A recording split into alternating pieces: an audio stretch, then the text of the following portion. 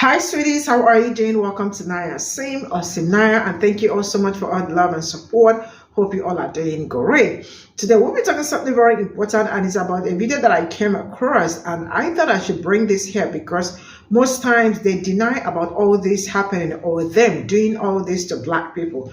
But I love it when I see them talk about it and talk about how sometimes they are afraid to admit that Latinas are very racist towards Black people. And also, I think it's a palm colored person or probably an Asian actually saying that why are, they were asking an Asian woman, why are you fighting for Black people when they don't fight for Asians? And I am asking, anybody that says something like that probably doesn't know anything about history and all that. That person really needs to go back to school or needs to go back to learn history entirely, because if that person really knew how Asians got their rights and all that, it was through Black people helping them to march and the rest of it, not just only Asians and some other people too. And then somebody is also talking about racism against Black people in Japan. And I am asking, where exactly are we even are we not experiencing racism? It looks like everybody, I mean the world, not just everybody, the world is just fighting Black people. Let's get into this video. I see that defending the Klan and its protection of whiteness wasn't working out so well for you, so now you've moved on to divide and conquer as though you know our history better than we do. As though your ignorance means that we don't know about the friendship between Dr. Martin Luther King Jr. and Thich Nhat Hanh. As if we are not familiar with Dr. King's speech beyond Vietnam. As if we don't know about Malcolm X and Yuri Kochiyama, and James and Grace Lee Boggs.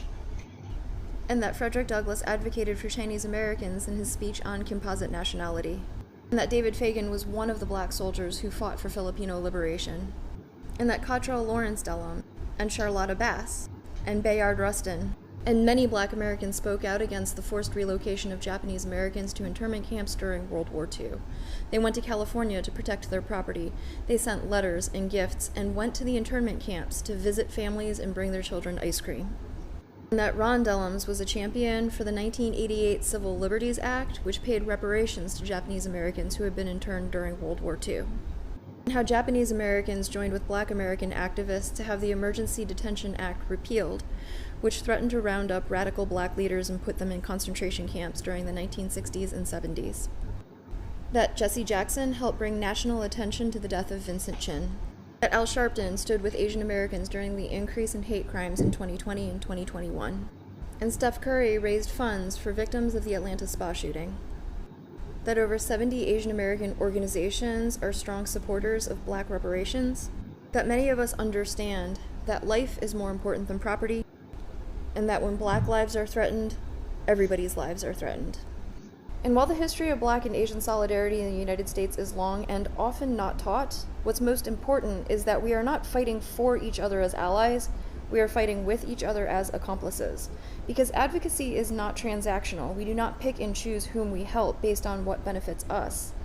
We fight together for what is right because that is what benefits everyone.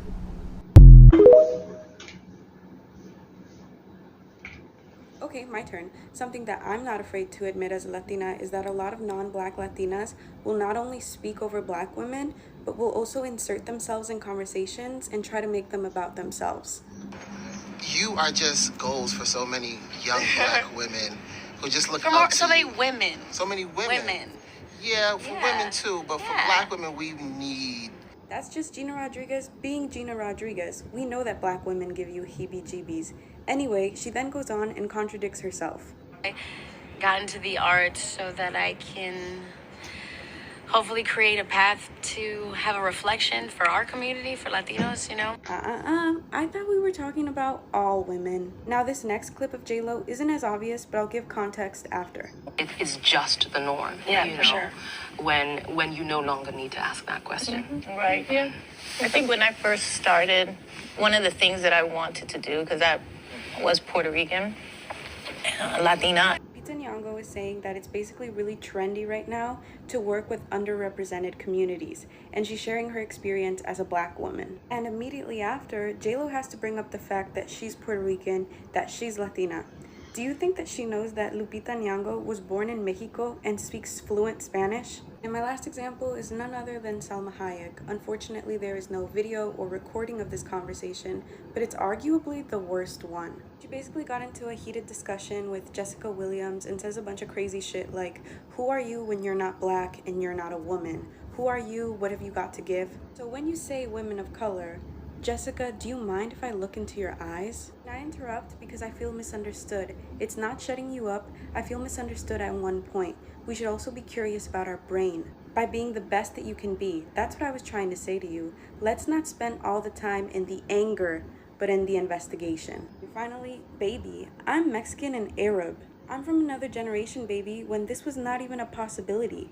Latino women were not even anywhere near where you guys were. You should read the full conversation. It's pretty gross. Not only does she refer to a grown woman in front of other working professionals as baby multiple times, she speaks for her, she shuts her down, she talks about her experience as a Mexican and Arab woman, and refers to the angry black woman trope. And Salma Hayek, you're a hypocrite. ¿Será por el hecho también de ser mujer que afecta un poco más? Probablemente. No, no, yo creo que es diferente para ellos los españoles que los latinoamericanos. It's not nice when other people try speaking for you, right?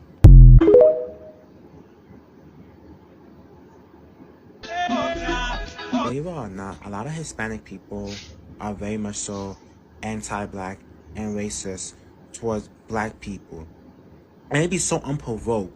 There'd be times where black people don't even be saying anything or be doing anything, and they will literally degrade black people, saying that, oh, you know what, black people are not good, black people are like this, black people are like that. But yet, you love our fashion, you love saying the N-word, you love our looks, you love our aesthetics. So it's so weird that you talk down on us, yet you want to be us. And another thing is that a lot of Hispanic people really don't know that some of their roots are black.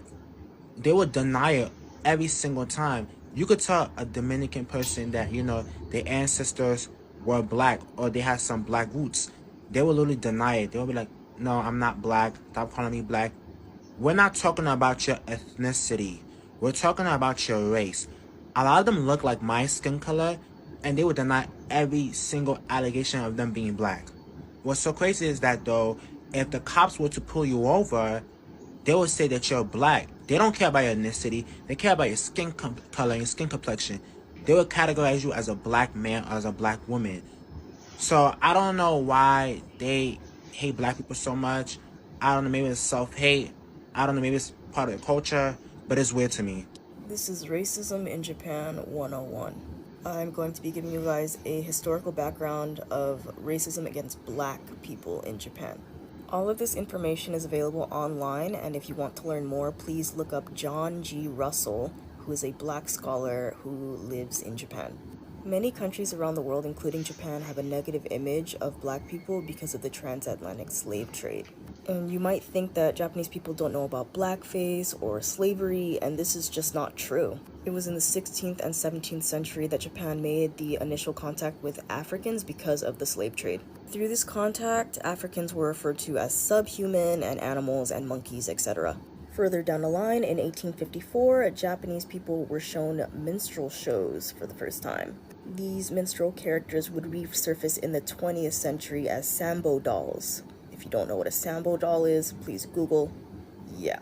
Racism during World War II against black people in Japan was kind of out there. They would refer to black people as beast-like, primitive, etc. In the 19th century, social Darwinism was extremely popularized in Japan. This is because Japan's interest in Western science continued to increase over time.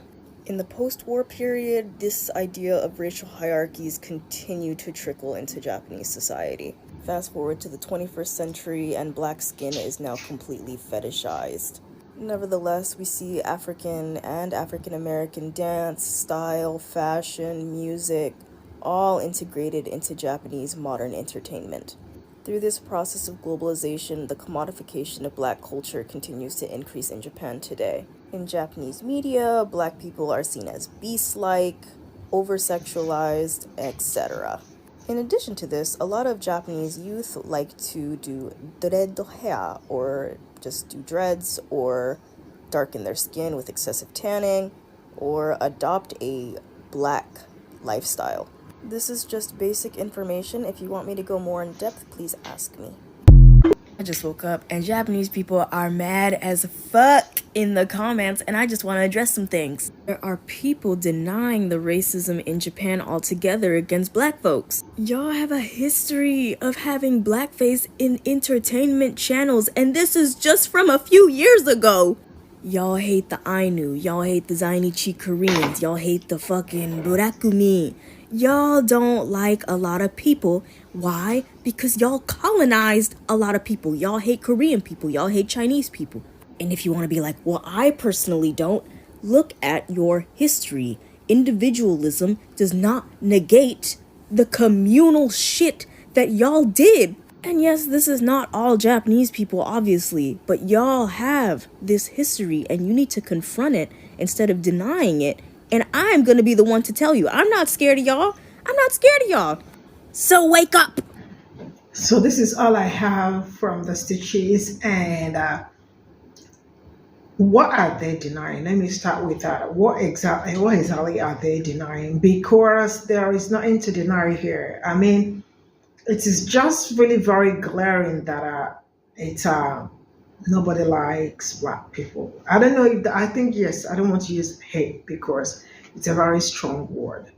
But like, if you look around, everything going around, I mean, there is nowhere black people will go that you will not see them doing like this and the rest of it. And you still see them turn around to defend their racism, telling you that it is not like that. That is not how we think about it. From Latinos, Hispanics, to Asian, like, everywhere. Am I talking about Europe? There are some places in Europe, black people, like, the ones that have experienced it, do not even want other people to experience it and all that. And they talk about it.